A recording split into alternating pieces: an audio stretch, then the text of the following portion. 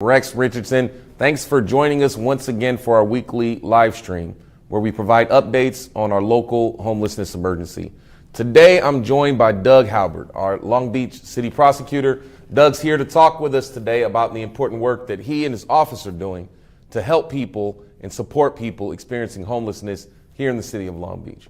But before we get to today's topic, I want to just share with you some updates. We know that this weekend we prepared for an unprecedented storm event. The city team worked very, very hard to prepare our community for the effects of Hurricane Hillary. And I'm proud to say that we saw minimal impacts here in the city of Long Beach. That's great news. As a part of our efforts, we did a lot of work to expand shelter options for people, to help people get out of the storm. We opened more than 150 additional beds in our shelters in our multi-service center. And we prepared additional shelters to meet the need, but we continued to meet the need throughout the night, and we didn't have to expand additional shelter, but we were ready in case we need to do so. Our outreach teams also worked very hard to, all the way to the evening, working to get individuals experiencing homelessness access to shelter, and so we did a lot of outreach there. I want to offer a heartfelt thanks to everyone who worked tirelessly to prepare our city, as well as all of our amazing city employees and our volunteers who worked to keep our city safe during Sunday's tropical storm. It was a big team effort, and we are over time building more and more resiliency to address emergencies, from our COVID-19 emergency, our local emergency on homelessness, and if we need to come together and work together to prepare our city for a storm, we have that ability and that resiliency built in. So thank all of you for all your incredible work. So now, let's get back to the topic of homelessness, and we'll turn to our guests. Doug, thanks for coming on our little show. We've worked together for many years, and we're lucky that we have our own city prosecutor. It's unique. Long Beach has its own independent health department, one of 3 cities in the whole state. We've got our local fire, we've got our local police, but we also have a local independent prosecutor. And the city prosecutor's office plays an important role in supporting our unhoused community. And we know there's always a conversation about, can't we just prosecute our way out of this problem? Well, the good news is we have a local prosecutor to help talk us through the things that we can do, because we've learned, and the region has learned, you can't prosecute your way out of a homeless crisis, but there are things that we can do to be innovative and to adapt if we have a heart and a spirit to serve. So, Doug, share a little bit more with us about some of your efforts in your office. Well, sure. And Mayor, thank you for having me on Absolutely. the show, and thank you for giving me a chance to talk about some of the programs that the men and women in my office have started and actually become national leaders using these strategies. And I'm glad that you also mentioned that this is not a strategy to prosecute homelessness or to eliminate homelessness through prosecution. Here, I look at it really in 2 different ways. First of all, we have to do a better job within the criminal justice system when a person who is experiencing homelessness intersects with the system. The traditional criminal justice system is not set up to address unemployment or mental disease or substance abuse or homelessness. But we have an opportunity when a case intersects with our office to actually try to improve a person's outcome so that they don't engage in criminal activity. The other way I look at it is, this is an emergency, it's a crisis, and we really need all oars in the water rowing at the same time. And what we do has to be aligned with what the health department is doing and what other agencies are doing and nonprofits are doing in order to really change someone's life and turn them around. And our motto, as you know, is to help restore a person and return them from the criminal justice system better than they went into it. And often that doesn't look like the traditional criminal justice system. It looks like things like homeless court and law enforcement assisted diversion and our priority access diversion program. All of these are really alternative diversionary or alternative sentencing programs that are designed to address the underlying condition that may have resulted in a criminal act. But we believe the traditional criminal justice system is not well equipped for it. So we've come up with our own strategies and our own solutions. Which is good, and I think one of the biggest success stories so far is the innovation around your homeless court program. So why don't you walk us through the homeless court program a little bit? Sure. It was about 2 years ago, County Supervisor Janice Hahn mentioned to me that there is a program that she helped fund in Redondo Beach. So Redondo Beach actually had the first homeless court program similar to ours. And we went, I know the city prosecutor in Redondo Beach. We looked at what they did, and we thought that we could do the same thing just as good, if not better, here in Long Beach. Right. So here's what it looks like. Instead of having certain cases go to the Long Beach courthouse, we've created a virtual courtroom at the Multi-Service Center. So the MSC, which is not downtown, it's a place that serves the homeless community. It's more comfortable, the case managers are there, it's not an intimidating situation, and it really does two different things. It allows homeless individuals who are already connected to services that are doing really well. It allows them to eliminate some of their old low-level misdemeanors and infractions, which could create barriers for employment or housing. So someone who's already connected and doing well, we want to remove those barriers, those obstacles, to make it easier to get that person into long-term supportive housing. The second thing it does is it creates an encouragement, and Right. it entices people who are not connected to get connected, because we tell them we can help them with their warrants, with their low-level criminal conduct. They may have forgot to come to court 2 years ago. Right. They may have an $800,000, $900,000 fine as a result of that failure to appear. And that $1,000 fine is an obstacle that's going to, entirely prevent them from getting work and getting into housing. But we can work with them, and we can eliminate some of those cases so that when they start a new job, they start fresh. We've had people, by the way, who were engaged in services for several months. Yeah. They get a job, they're driving to work one day, they get pulled over, and they get arrested for a warrant that was 2 years old. Yeah. They go to jail, they spend the night in jail. When they come out, they've lost their job. So we've really turned someone back in time to make it a situation that was doing very, very well into one that basically resulted in them losing their employment. And we've really made it worse for them, but we've made it worse for us. We're better off with them being gainfully employed and being housed, for certain. So Homeless Court started with Janice Hahn, and we have a virtual courtroom. And we've had over 300 people that have been assisted just in the 2 years since the pilot program began. Those 300 people have had a number of things. They've had old warrants removed. Some of them had cases that were pending in court, and we worked with them. Instead of doing a fine, or instead of doing jail time, instead of doing community service, we said stay connected to services. And if you do that for 60 days or 90 days, sometimes it's live-in treatment. I'm so much better off getting someone into live-in treatment for 60 or 90 days than having them go to jail for a week or two. It doesn't make sense in the criminal justice system, but that's how we normally treat them. So connecting people to services is super important. Keeping them connected to services is important. Homeless Court in 2 years has become one of the most important parts of our criminal justice ecosystem here in Long Beach, because the homeless community knows that if they stay involved in services or get involved in services, they actually could get help that's valued at hundreds or thousands of dollars if they stay connected to services. And that's our promise to them. So, and I love that. That's our promise to them. I think it's important that you mentioned that, our job is to go in and make sure people come out of the system better off than they were when they went into the system. And I think when I think about government and systems and structures, state and federal and local, they were a lot of times designed for a different purpose, either to keep a community safe or to make sure that your business can thrive. But when you're in a crisis and you see that we all have to, as you say, get our oars moving at the same time, sometimes it's challenging to get government to see that our job is not always just to put someone in jail, but our job is to help contribute to the solution of getting people off the street and in a place where they're not continually going back to the street.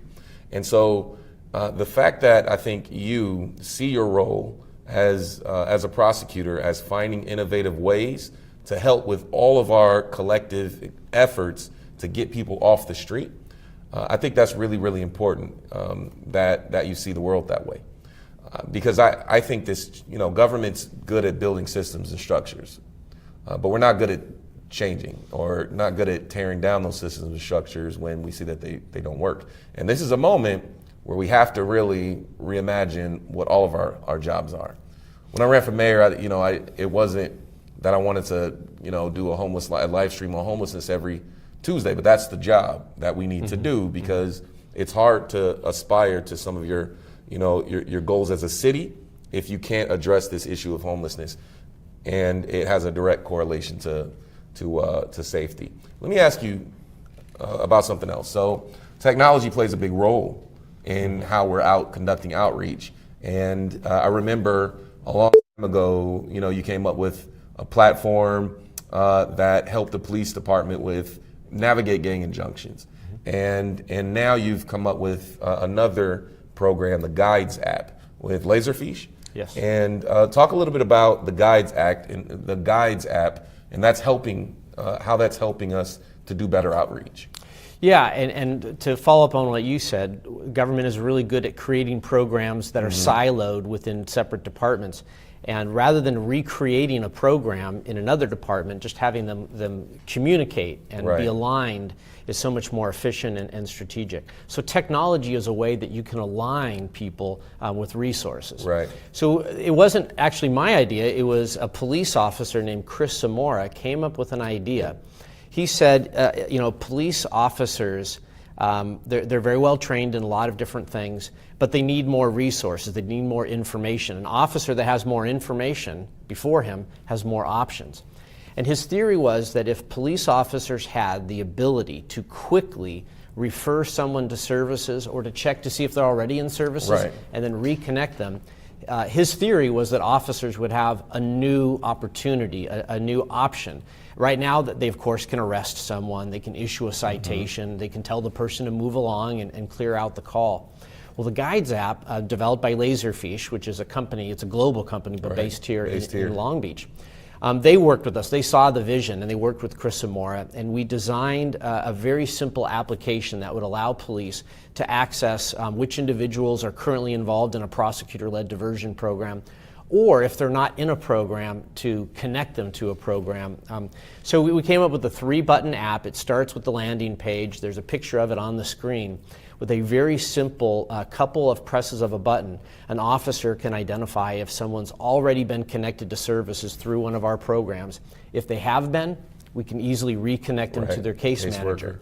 If they're not connected, why don't we make it easy for an officer to input some information and hit submit and allow a healthcare response to that contact. That way the officer can go on to his next call. He's already identified the individual and sent the information to us in the health department. So the Guides app really allows us to do that. By the way, it was funded 100% by the United States Department of Justice. We applied for a grant, we won the grant, and now we have an app that allows officers to open up information so they have at their fingertips information about mental health services that are available locally, substance abuse services available locally. They also have the ability to refer someone, and on the screen is the actual field that an officer would see when they want to refer someone. They start putting in basic information, their first name, last name, the location, the type of call it is, and once they hit submit, it immediately starts this process. I have a social worker in my office. A lot of people don't know this. We have a person who's a trained social worker. She's run shelters in Orange County and here in Long Beach. And so she's perfectly positioned. Obviously, we want to check the person's background. We're not going to send someone who's dangerous into a home that might endanger other people. But if they're appropriate for the LEAD program, which stands for Law Enforcement Assisted Diversion, we connect them to a social worker right there from the street level contact. Try to get them into either temporary housing or supportive housing that's for mental health or for substance abuse. The long-term goal is to create a better contact by that officer and that individual and help address the underlying condition without having to send the case to court and get a judge involved and all the costs that follow from that. So if anybody wants more information, by the way, our website is www.cityprosecutordoughalbert.com. And there's information about homeless court there. You can actually refer someone to homeless court. If you're a caseworker and you want one of your clients to be considered for homeless court, you can input that person's information and it comes to us. Also, there's information about the Guides app. There's information about the Law Enforcement Assisted Diversion Program and all the other diversion programs. Right. In fact, you've helped us create some of our diversion programs over the years. So The PATH program. the PATH program is a great example. You actually connected with some Department of Justice leaders that really explained to us the need to work on those young adults. That's right. Before they get into trouble and try to connect them to employment services. We're looking to restart that, by the way, with Long Beach City College. It Incredible. paused during COVID, but we're going to start it with a new partner, and I think it's going to be better than ever. Fantastic. Well, Doug, I think you explained why, you certainly justified why it's important to have a local prosecutor, because we're able to address things more comprehensively and within the context of the resources that we have in our community. We're able to work together and coordinate. There's a lot of conversation, again, about the complexities of prosecution, the shifting legislative landscape in California. But we want to offer hope that although, sure, rules may change and it may be difficult to understand, we have great leaders in Long Beach who are figuring out ways to navigate and to keep communities safe. If an individual needs help, let's get them help. But if crime happens, we still have the ability to keep our community safe. They're not mutually exclusive. In fact, they're two sides of the same coin. We want to help people and we want to keep our community safe. And so we're fortunate that we have an entire team, our prosecutor, our public safety, our police departments heading toward more community policing with neighborhood services bike teams and community service assistants. We had Shalina Benson, commander, come walk us through some of those sort of innovations within our police department. We're doing things like ambassadors in our parks and recreation department. We have innovation taking place at our prosecutor office. So this is all about allowing our city to change to meet the evolving needs. And so our homeless emergency response is certainly an interdepartmental effort that requires every part of our city team to be involved. So thank you so much for joining us today. And thank you, Doug, for coming on our little show. And now we'll proceed with interpretation in Spanish and Khmer. Thank you.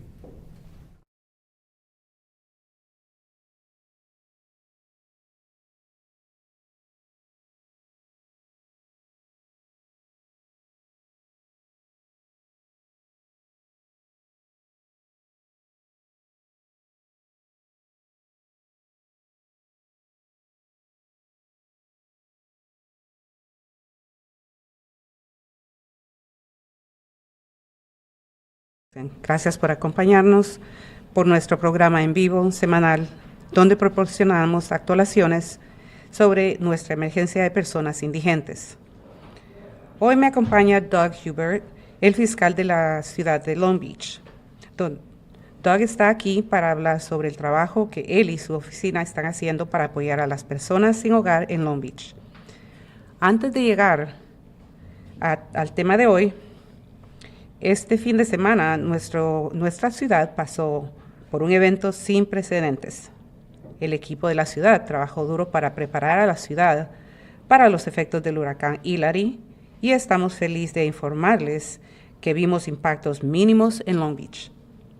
Como parte de nuestros esfuerzos, hicimos un gran trabajo para ampliar opciones de refugio para ayudar a la gente a salir de la tormenta.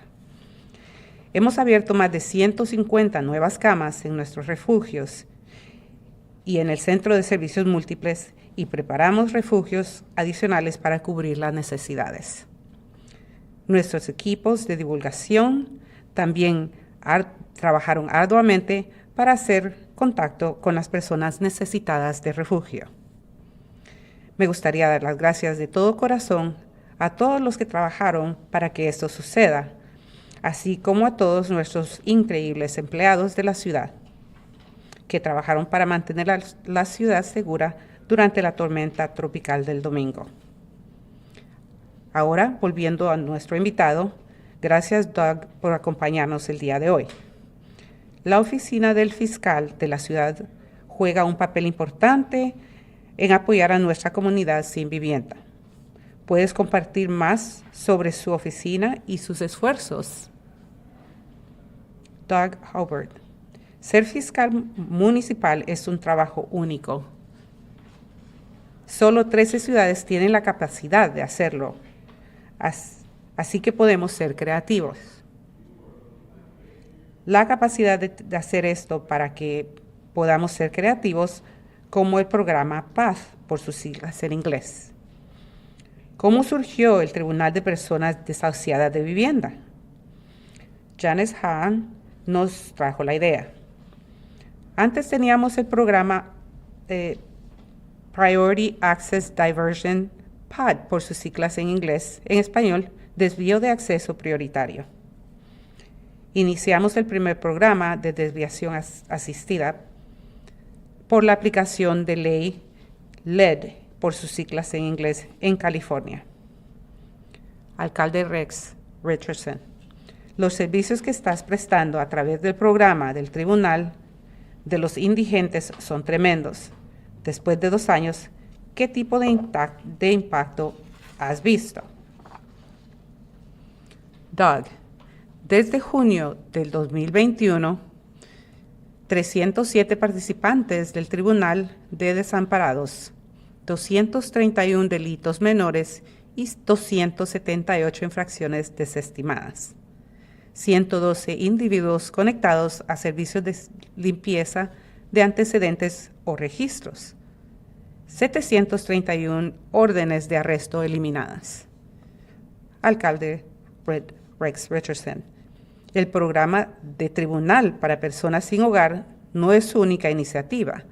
¿Puede hablarnos también de la aplicación Guides lanzada recientemente? Doug, historial de la aplicación Guides, guías en español. Alcalde Rex Richardson, gracias Doug. Nuestra respuesta de emergencias a la falta de vivienda en esfuerzos interdepartamental que requiere que cada equipo de la ciudad participe. Gracias por acompañarnos hoy. Ahora procedemos con la interpretación en Khmer.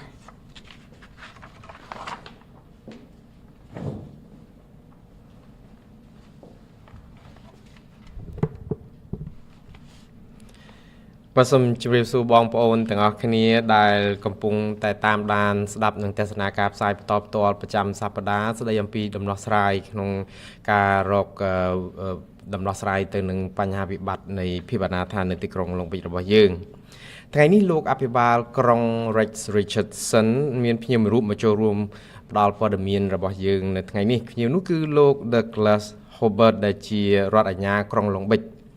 លោកដឹកក្លឹសមកទីនេះនៅថ្ងៃនេះគឺដើម្បីជម្រាបជូនបងប្អូនអំពីកិច្ចការដែលគាត់និងការិយាល័យរបស់គាត់កំពុងធ្វើក្នុងការជួយដល់បងប្អូនប្រជាពលរដ្ឋយើងដែលកំពុងរស់នៅក្នុងស្ថានភាពអនាថានៅទីក្រុងឡុងបិចការិយាល័យរដ្ឋអាជ្ញាក្រុងនេះគឺដើរតួនាទីសំខាន់មួយនៅក្នុងការជួយដល់សហគមន៍ដែលគ្មានផ្ទះសម្បែងរបស់យើងvàការិយាល័យរដ្ឋអាជ្ញាក្រុងឡុងបិចមានភាពពិសេសដែលប្រការនេះធ្វើឲ្យពួកគាត់មានភាពច្នៃប្រឌិតនៅក្នុងការងារ và chung với thạ vi ca krong đài tụi ban xem hẹp sát ban ní cứ tờ lá ca đài đo sai pan ha cho nên than ở tị krong long bích ní ban tụi thạ vi ca trôi trong pi nẹt mưa ca khó trời krong đầm bon Los Angeles cứ nẹt say Janice Han cùng rong tờ lá ca đo sai pan ha cho nên than ở tị krong long bích ní cứ chia sầm pon đai cu khnia muối rồi viên cả gia lai rồi nhà krong long bích នាយកដ្ឋានសុខាភិបាលក្រុងឡុងបិចនិងការិយាល័យមេធាវីការពារក្តីសាធារណៈរបស់តំបន់ Los Angeles និងអង្គការសេវាសង្គមដែលបម្រើសេវាជួយប្រជាពលរដ្ឋដែលកំពុងតែរស់នៅក្នុងស្ថានភាពអនាថានៅក្នុងទីក្រុងឡុងបិចរបស់យើងគោលបំណងរបស់តុលាការឬក៏គម្រោងតុលាការដោះស្រាយបញ្ហាជនអនាថានេះគឺដើម្បីជួយដល់អ្នកដែលកំពុងតែរស់នៅក្នុងស្ថានភាពអនាថាដែលកំពុងតែជាប់ជំពាក់វគ្គវិននឹងរឿងក្តីព្រហ្មទណ្ឌនិងត្រូវការជំនួយផ្នែកច្បាប់ជាចាំបាច់ ទន្ទឹមនឹងនេះគម្រោងនេះក៏ជួយផ្សារភ្ជាប់ជនអនាថាដែលមានបញ្ហាព្រហ្មទណ្ឌទៅនឹងសេវាសំខាន់ៗជាចាំបាច់ដែលមិនអាចខ្វះបាននោះគឺជាសេវាដូចជាការរកលំនៅឋានអត្ថប្រយោជន៍ផ្នែកពិការភាពប្រាក់ជំនួយផ្នែកសន្តិសុខសង្គមនិងសេវាសុខភាពផ្លូវចិត្តនិងការពិគ្រោះយោបល់ដើម្បីបន្សាបគ្រឿងញៀន và chấp tăng tại bang đầm ná ca cao bị khai mitona năm pi pon mà pay mùi nụ mộc bộ quạt sản kê khơi miên sầm bật phò chỉ trán đuôi càng cao ní và tí mùi cứ sầm nôm rương cái đây cả này cho nà tha đại lang đo tờ lá cá miên đo từ bay roi pram pi nè សំណុំរឿងបាត់មជ្ឈិមដែលបាត់ល្មើសមជ្ឈិមចំនួន221សំទុះ231ករណីនិងសំណុំរឿងបាត់លហុឬក៏បាត់ល្មើសតូចតាចចំនួន278ករណីត្រូវបានលើកលែងការចោទប្រកាន់មានមនុស្សចំនួន112នាក់បានទទួលសេវាជំរះភាពបលៈបលោះនៅក្នុងកំណត់ហេតុឧក្រិដ្ឋនៃការតុលាការចំនួន731ករណីត្រូវបានជំរះដាច់ស្រេចបាទហើយដើម្បីថាជាជោគជ័យនិងសម្រួលដល់ការងាររបស់ខ្លួននៅក្នុងការងារនៃការិយាល័យរដ្ឋអាជ្ញាក្រុងឡុងបិចនេះគឺពួកគេប្រើកម្មវិធីមួយគឺជាកម្មវិធីអេឡិចត្រូនិកដែលនាំផ្លូវពួកគេឈ្មោះថា The Guys App ដែលជាវិធានថ្មីមួយសម្រាប់ជួយដល់ក្រុមរដ្ឋអាជ្ញាក្រុងឡុងបិចដើម្បីយកមកប្រើប្រាស់នៅក្នុងការជួយអ្នកដែលកំពុងតែរស់នៅក្នុងស្ថានភាពអនាថានៅក្នុងកម្មវិធីនាំផ្លូវឬ The Guys នេះគឺដឹកនាំដោយលោករដ្ឋអាជ្ញាក្រុងឡុងបិច Douglas Hobart ដោយផ្ទាល់ដោយកម្មវិធីនេះមានបំពាក់ព័ត៌មានចាំបាច់សម្រាប់អ្នកឆ្លើយតបទៅនឹងបញ្ហាដើម្បីពួកគាត់អាចដោះស្រាយវាបានភ្លាមៗជាពិសេសនៅក្នុងការកំណត់ថាតើសេវាអ្វីខ្លះដែលសមស្របបំផុតសម្រាប់ឆ្លើយតបទៅនឹងសេចក្តីត្រូវការរបស់ប្រជាពលរដ្ឋបាទកម្មវិធីនេះគឺជាយុទ្ធសាស្ត្រដែលពឹងទៅលើបច្ចេកវិទ្យានិងមានភាពច្នៃប្រឌិតសម្រាប់ផ្សារភ្ជាប់អ្នកដែលមានបញ្ហាអនាថាដែលមានបញ្ហាជំងឺផ្លូវចិត្តនិងញៀនថ្នាំឲ្យទទួលបានសេវាសមស្របនិងបន្តតាមដានផ្ដល់សេវានេះជាប្រចាំជូនពួកគាត់បាទជារួមកិច្ចការរកដំណោះស្រាយនៅក្នុងគ្រាមានវិបត្តិនៃភាពអនាថានេះគឺជាការខំដុតដៃដុតជើងពីគ្រប់អន្តរនាយកដ្ឋានដែលធ្វើការនេះដើម្បីឲ្យមានប្រសិទ្ធភាពនិងជោគជ័យគឺត្រូវពឹងអាស្រ័យទៅលើគ្រប់ផ្នែកទាំងអស់នៃក្រុមការងាររបស់សាលាក្រុងយើងឲ្យចូលរួមទាំងអស់គ្នាបាទយើងខ្ញុំសូមអរគុណលោកនាងដែលបានតាមដានស្ដាប់និងទស្សនាការផ្សាយបន្តផ្ទាល់ប្រចាំសប្តាហ៍របស់យើងបាទសូមជម្រាបលា